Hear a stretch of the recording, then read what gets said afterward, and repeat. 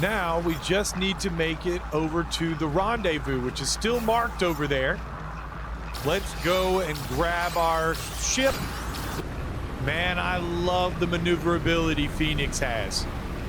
It is so fun just zipping around. And on airless worlds, being able to take off and not have any air resistance, such a cool thing that the developers left in the game. I love it. One thing that really is disappointing is that the planets don't spin. And the reason why is early testers got confused when they took off from the planet and then they would return to the planet and it was something different underneath them. I mean, I feel like we would have figured it out after a minute, Hello Games. You could trust us to not be idiots. And another storm miraculously whips up as soon as we get near the planet. Might as well duck into this little shelter here and see what's going on.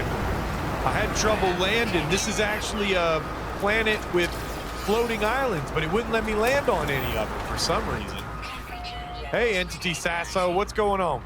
As I approach the electronic life form, they instinctively start to analyze me from head to foot. They chitter animatedly, their head tilted to one side. Papachinative, Ukalit Zinavid Ulamafasach, Palak Savi Onak Research. I meme that I know little of their kind or how they communicate. In response, the lights in their masks flash, a repeating series of 3 building in intensity. Well, let's give them the most rare thing I've got in my pocket. The electronic life form's lights blaze with intensity. My offering was clearly what they were hoping for. They rest their silicon hand on my visor and thank me with the gift of language. And he just taught us traveler, so he basically patted me on the head and told me my own name. Let's go ahead and see what this will reveal.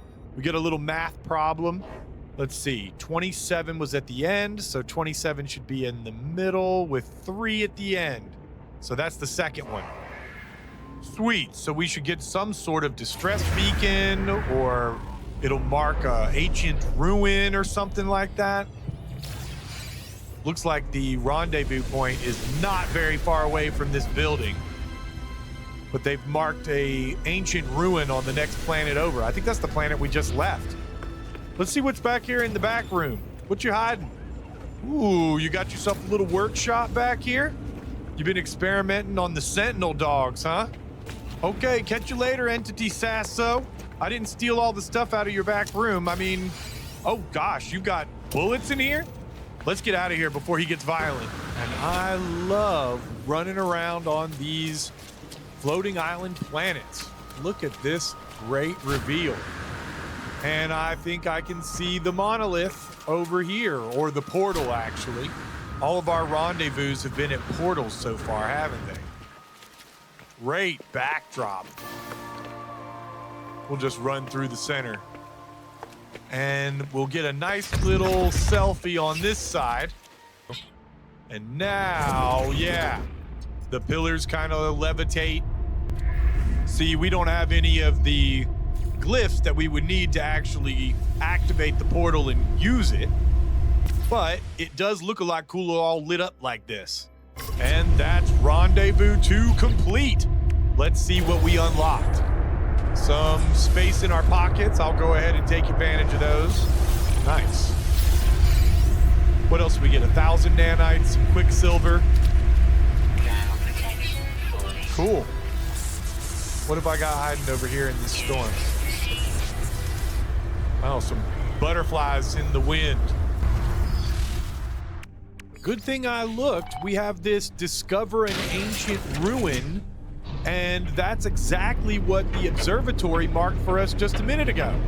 I knew it was a good idea to stop by there. And you gotta love that the Redux milestones are so short. We only gotta do one of these. So if you haven't ever done an ancient ruin before, I guess I'll walk you through how it works.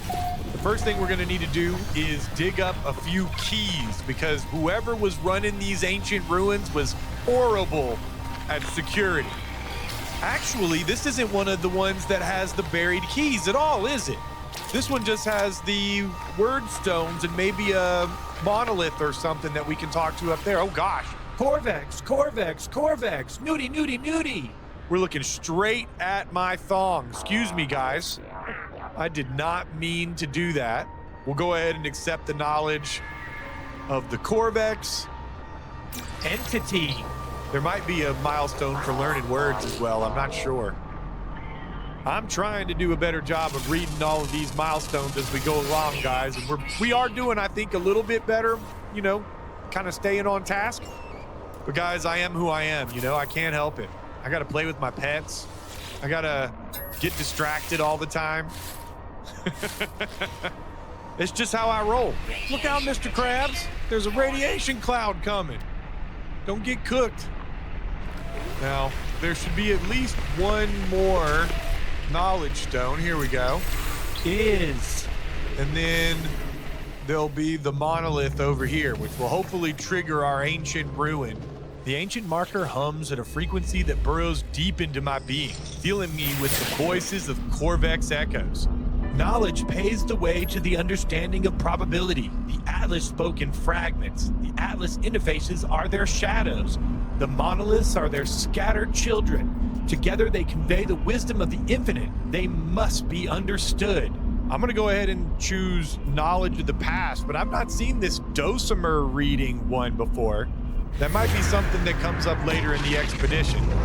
But I'm actually going to use this building now to point us to the one I thought we were going at before, where we uncover the keys and unlock a sort of hidden chest. The chests are actually kind of an RNG thing as well. You never really know what you're going to get out of them. So let's pop over and just see what we got. And I really just kind of love flying over the topography with Phoenix. I'm just in love with our new ship, guys. I can't tell you how happy this makes me. So you see how this one's all sort of busted up and half buried? We're gonna have some chests that we can excavate. Sometimes the ones over here are also close to the surface. Not close enough this time. So we got our little box here that has no security whatsoever. We didn't have to pick that lock or anything, and it's got this old key in there. I'll go ahead and uncover a little bit of the building so you can see what it looks like. Here's another little box. Complete. It was already open, to be fair. We could have just reached in and grabbed the key out. We didn't even have to open it. And then we need one more. We'll just work our way over to this one on this side. I need the silicate powder anyway. I want to make some windows and stuff for our freighter base as soon as we unlock that. There we go. Come here, Walker. There we go. We only got 2 more animals on this planet, a flying and an underground. Well, screw that. We are not going to crawl into caves today. So now that I've got 3 keys, I can just dig out the big old crate in the center. And this one here, we only need 3 keys. There's usually 4 around the area. They just give you the extra one, I guess, just in case one of them bugs out or something. And then we'll get some random artifact or treasure. Gleaming bullion. All right. It has a family crest on some bullion. So grandma's secret recipe. Nearly ran off without unlocking our milestone. Nameless History gives us a powerful underwater upgrade, as well as some Viking manuscripts. Let's see what that is. So this manuscript is full of small, delicate blemishes. Tiny crinkled circles litter every page as if the paper had been stained by tears. So it must be about something pretty sad. And they're giving us loads of this underwater stuff for the last couple of milestones. So they must be, for sure, they're encouraging us to go underwater somewhere on one of the next worlds. Probably there's a check-in or something like that at the bottom of an ocean. I hope so. I love it when they do that.